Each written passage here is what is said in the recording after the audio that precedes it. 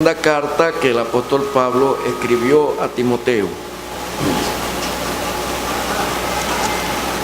Segunda Timoteo capítulo 4.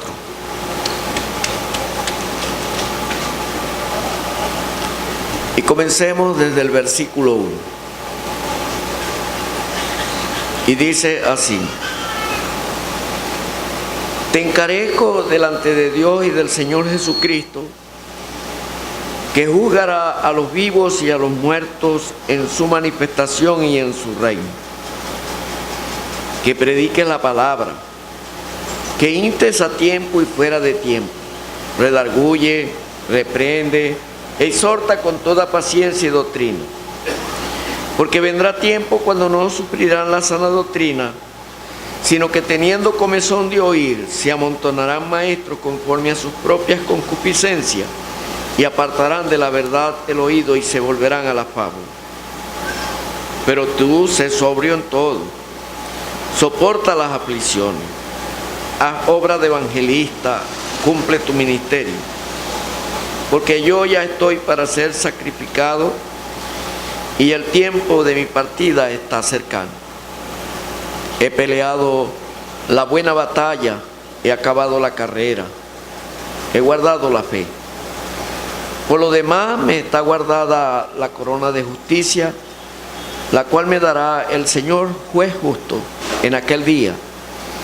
Y no solo a mí, sino también a todos los que aman su venida. Hasta aquí está bien la lectura por el momento, esperando que el Señor prospere una vez más en esta tarde su santa palabra en nuestros corazones. Ahora, hermanos, la mayoría de nosotros sabemos que esta es una carta muy especial entre las cartas del apóstol Pablo, porque esta es la última carta que él escribió y que está registrada aquí dentro del canon escritural en su segundo encarcelamiento. Y es una carta muy personal, escrita a aquel discípulo, hijo espiritual, amigo personal, compañero de milicia, como lo era Timoteo para con el apóstol Pablo. El apóstol Pablo a este hermano le confió tantas misiones y tantas comisiones importantes para ir a ayudar en diferentes asambleas, hasta que lo dejó en Éfeso para que corrigiese lo deficiente, para que tapara la boca a unos que estaban enseñando falsas doctrinas allí, para que pusiera en su lugar a unos que se creían doctores de la ley. Y todos esos detalles los encontramos en la primera carta. Por lo que él dice aquí que ya está listo para ser sacrificado y el tiempo de su partida ya estaba cercano. Se ve que en esta oportunidad sí está sentenciado a muerte. No tiene la misma esperanza que cuando escribió en su primer encarcelamiento Filipenses, que él esperaba que por la oración de los hermanos él pudiera ser liberado, por la necesidad que él veía que la obra tenía todavía de que él siguiera transmitiendo aquellos conocimientos y aquella revelación que él recibía directa del Señor para transmitirla a su pueblo en este mundo. Pero no se ve que él está preocupado por sí mismo. No se ve que él está sumido en una gran tristeza porque ya está listo para irse de este mundo. Como él mismo confiesa aquí, él había ya acabado la carrera. Él entendía eso. El Señor se lo dio a entender.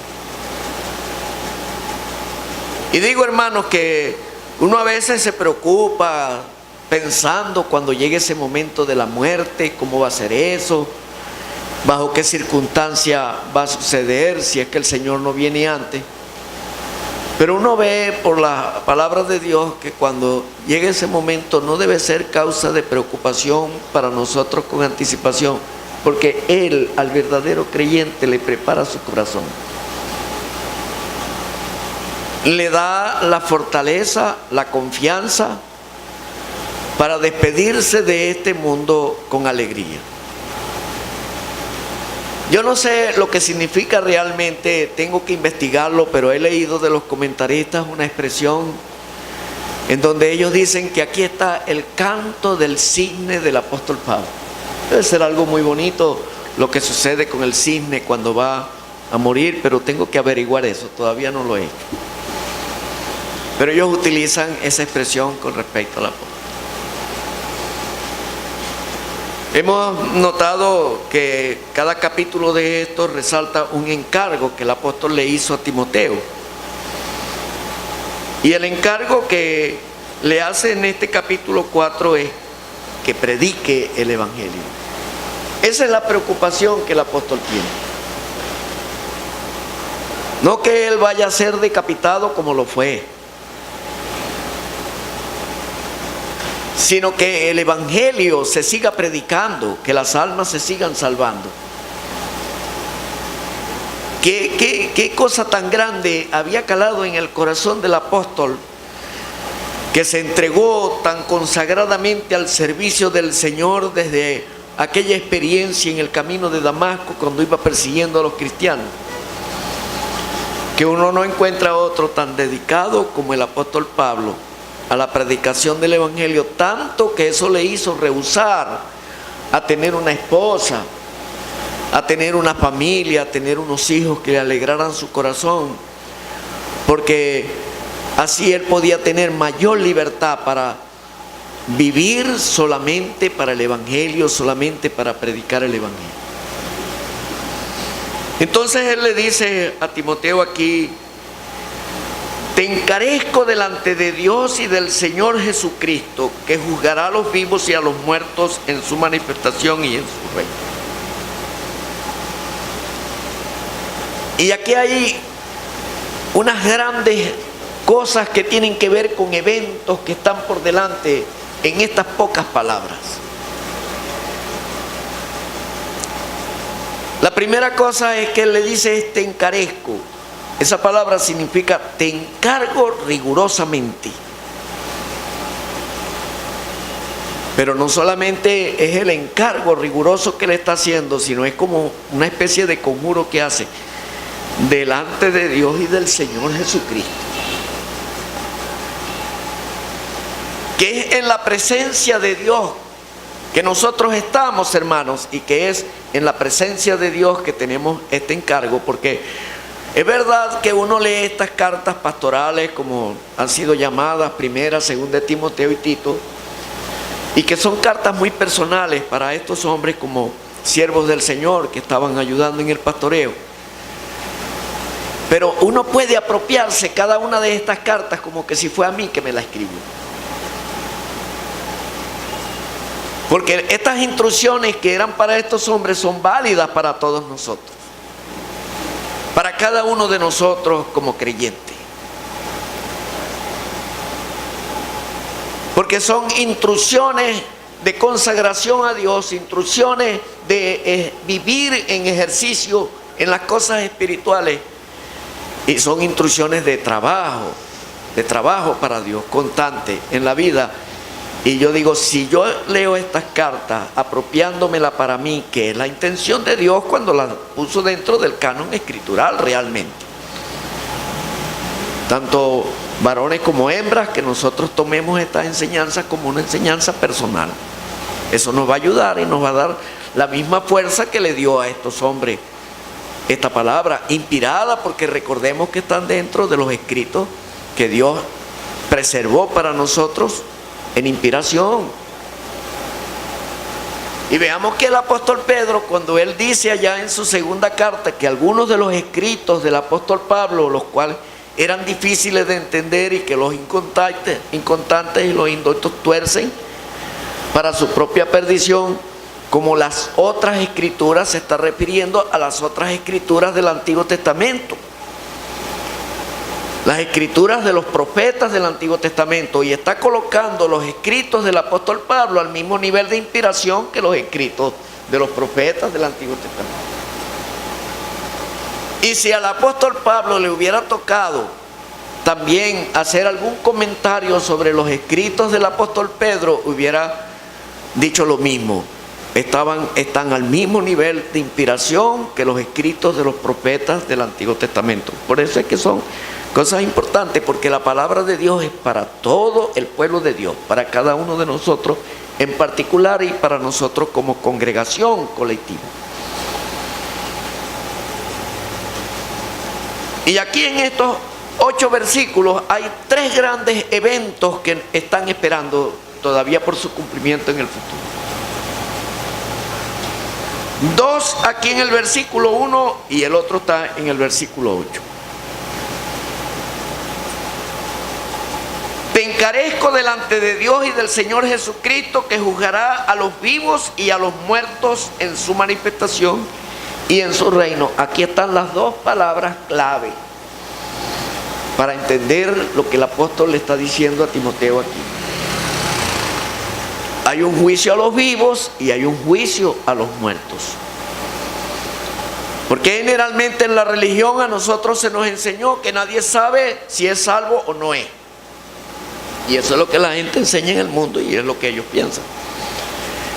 Que hay que esperar aquel momento en que Dios va a hacer su juicio y Él es el que va a decidir quién es el salvo y quién es el perdido. Pero esta es una enseñanza del diablo.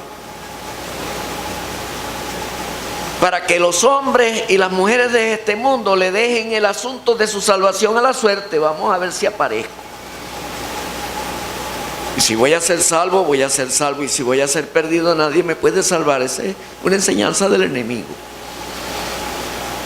Porque Dios condena en su palabra esa actitud. Ay de los que dejan a la fortuna el asunto de su salvación, dice allá en la profecía. Ay de los que dejan a la suerte el asunto de su salvación. No se le puede dejar a la suerte. Es algo para apropiárselo ahora, como lo hemos hecho nosotros desde el día en que comprendimos este precioso mensaje del Evangelio y creímos en Cristo y le recibimos como nuestro Salvador personal y sabemos que somos salvos. Yo sé que soy salvo desde el 24 de agosto de 1982, como a las 2:30 de la madrugada, cuando doblé mis rodillas sobre mi propia cama viviendo en la ciudad de Los Teques. A esa hora de la madrugada yo creí en el Señor y le pedí a Dios el perdón por mis pecados y le dije: yo recibo a Jesucristo tu Hijo como mi Salvador. Y yo no amanecí al otro día pensando: ¿será verdad que Dios me salvó? ¿Será verdad que Dios me perdonó? Para mí el sol brilló completamente diferente y así ha brillado hasta hoy, porque tengo esa plena seguridad de que he creído en Cristo, le he recibido como mi Salvador y soy salvo desde esa madrugada. Que yo sea fiel al Señor y que me vaya de este mundo en fidelidad, eso no se lo puedo asegurar a nadie. Por eso es que la palabra de Dios me manda a ser vigilante y a ser cuidadoso de mi vida. Y que los años en el Evangelio ni la vejez es garantía para ninguno. Eso es una gran verdad también. ¿Cuántos hombres de Dios vemos en las Escrituras que fallaron en su vejez? ¿Y a cuántos hemos visto fallando al final de sus días en su vejez? Y después de muchos años en el Evangelio, que tenemos que ser vigilantes hasta el último momento de nuestra vida. Y solamente podremos cantar victoria cuando ya estemos en el cielo. Y por eso es que hablamos de la constancia, de la fidelidad de nuestros hermanos, pero cuando ya se han ido de este mundo, no mientras están vivos aquí. No puedo garantizarle a nadie. Es mi oración al Señor que me ayude y me preserve como hasta ahora lo ha hecho, sí. Y quiero es que me vaya de este mundo, como dice el himno, bien recordado por obras de amor. Eso es lo que quiero y es lo que deseo y le pido al Señor. Pero no se los puedo garantizar. Pero lo que sí les puedo garantizar es que ustedes me van a encontrar allá en el cielo y que allá nos vamos a ver, porque es Dios quien lo ha prometido. Es Dios el que dice: el que cree en el Hijo tiene vida eterna. Pero también es Dios el que dice: el que rehúsa creer en el Hijo no verá la vida, sino que la ira de Dios está sobre él. De manera que sí se sabe aquí si somos salvos o no somos salvos, y hay que saberlo. Cuando uno se encuentra una persona por ahí que dice que es cristiana y le pregunta: pero tú eres salvo, y él no sabe y tiene sus dudas, uno dice: bueno, él no tiene experiencia de salvación todavía. Pero el que es salvo sabe que es salvo. Pero tiene este sello. Dice la Escritura: conoce Dios al que es suyo y tiene este sello: apártese de iniquidad todo aquel que invoca el nombre del Señor. Pero no estamos apartados del pecado y del vaivén de este mundo para ver si aparecemos entre los salvados, ni siquiera para ser salvos, porque somos salvos. Porque en este camino no puede andar el que no tiene el Espíritu de Dios en su corazón, y el que no tiene el Espíritu de Dios no es de Dios. Eso es lo que dice el apóstol Pablo en Romanos capítulo 8. Y el Espíritu Santo es el que nos auxilia en todas nuestras debilidades, el que nos guía y el que da testimonio a nuestro espíritu de que somos hijos de Dios, y podemos clamar por el Espíritu Santo: Abba, Padre, como clamó el Señor Jesucristo en el huerto del Edén. Pero no le diga a Dios papá. No le diga a Dios papacito, porque entonces, no, que la palabra Abba Padre es la de los niños arrullando a su papá, como cuando el niño le dice a su papá papito, papacito. Pero nosotros no podemos expresarnos así. Nosotros tenemos que tratar a Dios con confianza, pero con reverencia. Si usted dice Abba Padre, como está escrito en las Escrituras, está bien, pero no le diga papá, papito, como yo oigo por ahí algunas personas en las denominaciones generalmente, que hablan de Dios es como papá. Un predicador del Evangelio estaba diciendo que les había curado una hernia a uno ahí, que nadie está viendo si es verdad o no. Y entonces decía del Aptarim, donde estaba en un terreno alquilado allí: gracias papá, gracias papá. Yo dije: ay, este predicador no es nada. O por lo menos no conoce al Señor, no sabe nada de eso. No. Abba Padre, si usted dice en una oración Abba Padre, sí, porque así es como está escrito, y nosotros debemos aprender a expresarnos como está en la palabra de Dios, pero estamos seguros de nuestra salvación.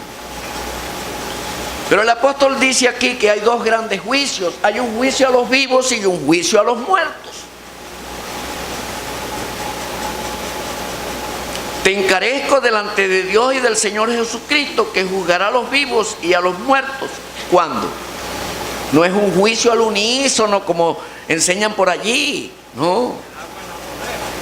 Y creo que hace como más de 50 años que conocí el Evangelio. No es que tengo todo ese tiempo de salvado, ya les dije la fecha, pero sí conociendo el Evangelio y conectado con las asambleas por mi madre, mi tía, mis hermanas.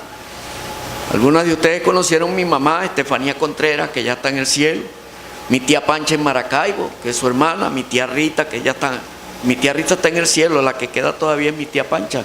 Tiene como 54 años y creyente. Y hace años todavía en la misma asamblea se oye algo así de que en el día del gran juicio. Pero no es así. Una cosa es el juicio a los vivos y otra cosa es el juicio a los muertos.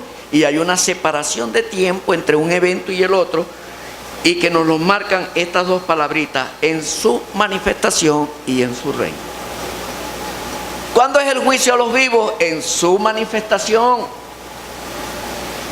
La segunda carta a los tesalonicenses utiliza esa palabra manifestación en referencia a la segunda venida de nuestro Señor Jesucristo.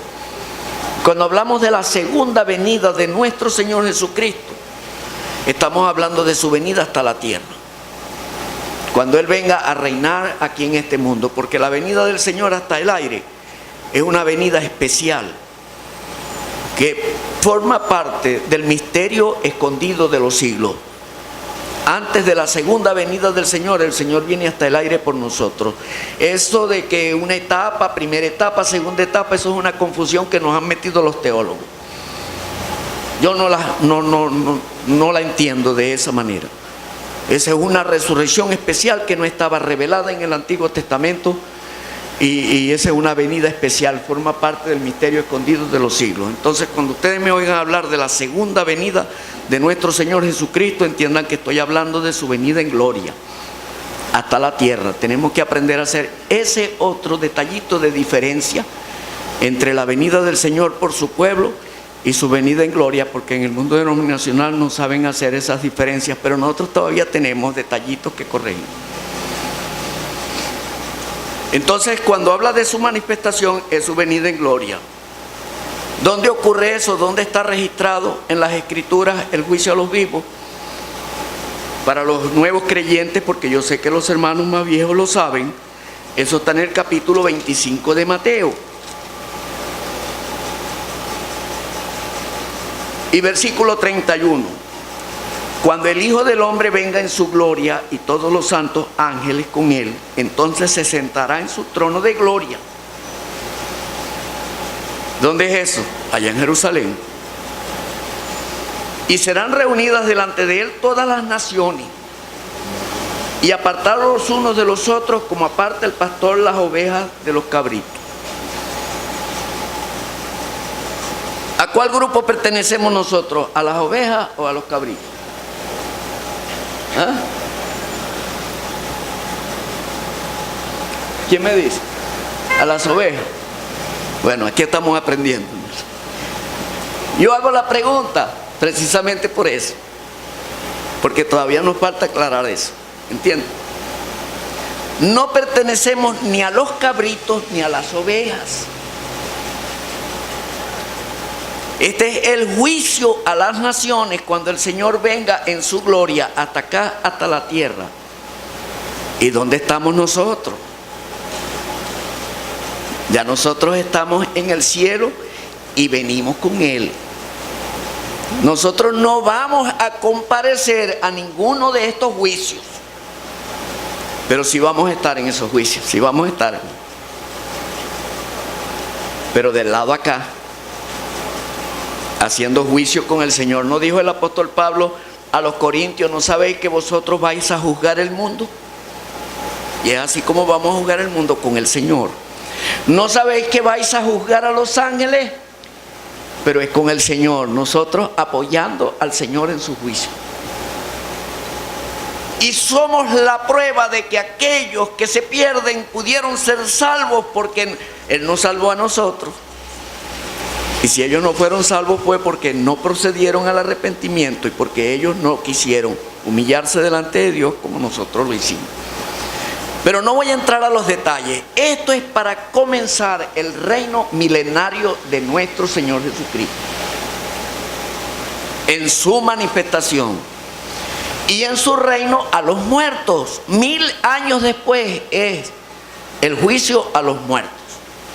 ¿Y dónde está eso? Apocalipsis capítulo 20, al final del reino milenario de nuestro Señor Jesucristo. Entonces en el versículo 11 el apóstol dice: y vi un gran trono blanco y al que estaba sentado en él, delante del cual huyeron la tierra y el cielo, y ningún lugar se encontró para ellos. Y vi a los muertos grandes y pequeños de pie ante Dios, y los libros fueron abiertos, y otro libro fue abierto, el cual es el libro de la vida. Y fueron juzgados los muertos por las cosas que estaban escritas en los libros según sus obras. Y el mar entregó los muertos que había en él, y la muerte y el Hades entregaron los muertos que había en ellos, y fueron juzgados cada uno según sus obras. Y la muerte y el Hades fueron lanzados al lago de fuego. Esta es la muerte segunda. Y el que no se halló inscrito en el libro de la vida fue lanzado al lago de fuego. Nuestros hermanos que partieron ya, que están muertos, van a estar aquí. No van a estar aquí. Ellos ya han resucitado por lo menos 1000 años antes. Los muertos en Cristo resucitarán primero. Nosotros, los que hayamos quedado, los que estemos vivos, seremos transformados juntamente con ellos, y en un abrir y en un cerrar de ojos estaremos con el Señor. Y así estaremos para siempre con el Señor. Eso ocurrió ya. De manera que no estamos ni en el juicio de los vivos compareciendo, ni estamos en el juicio de los muertos 1000 años después compareciendo. Estamos del lado acá con Él. Aquí estamos porque es que el problema es que ya hemos pasado por el tribunal de Cristo. Cuando estos eventos ocurran, nosotros ya hemos pasado en el cielo por el tribunal de Cristo, porque el tribunal de Cristo está íntimamente ligado con la venida de nuestro Señor Jesucristo por nosotros. Y de allí vamos a pasar a las bodas del Cordero. Capítulo 19 de Apocalipsis, ahí está la descripción de las bodas del Cordero. Y vamos a estar unidos con el Señor como la esposa con su esposo, pero en el verdadero amor y en la verdadera relación que Dios quiso que fuera el matrimonio en este mundo, para que fuera una figura de la unión de Cristo con su iglesia, como está en el capítulo 5 de allá de la carta a los Efesios. Matrimonio ideal, ese es el verdadero matrimonio. No es como ahorita cuando se casan los jóvenes y entonces se van de lunas de miel y la gente dice, se van para las lunas de miel y después vienen para las de hiel. No, las bodas de nuestro Señor Jesucristo con su iglesia son unas lunas de miel por la eternidad. Un amor que no va a menguar, un amor que va a ir creciendo. Y así estaremos siempre con el Señor. A veces discutimos que si el Señor va a estar aquí en la tierra, en el reino milenario, cuando la ciudad celestial, o va a estar en el cielo. A nosotros lo que nos importa, hermano, es que donde esté el Señor, nosotros vamos a estar con Él. Si Él está en el cielo, nosotros estamos con Él. Si está aquí en la tierra reinando, nosotros vamos a estar con Él. Y hablando reverentemente en una hipérbole, para poner un ejemplo, si es en el infierno que el Señor está, nosotros vamos a estar con Él y el infierno se convertiría en el cielo.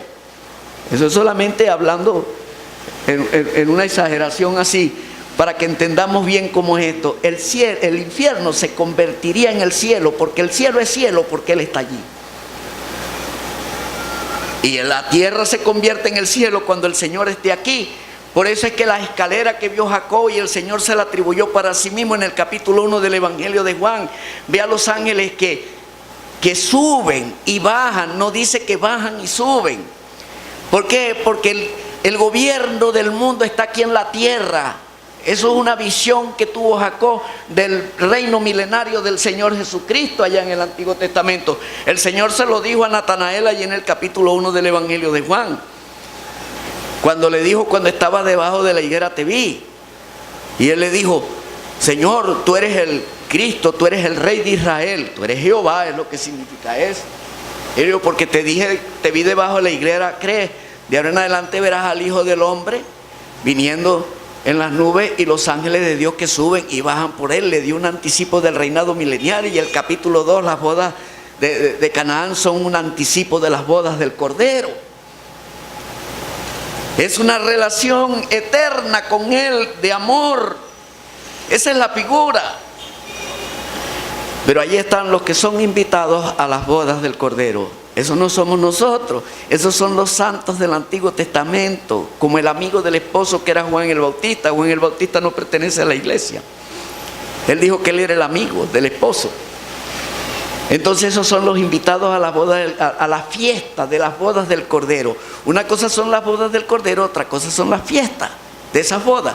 Y esas fiestas de las bodas del Cordero son el reino milenario de nuestro Señor Jesucristo. Mientras que las bodas se efectúan allá, las fiestas de las bodas las tenemos aquí.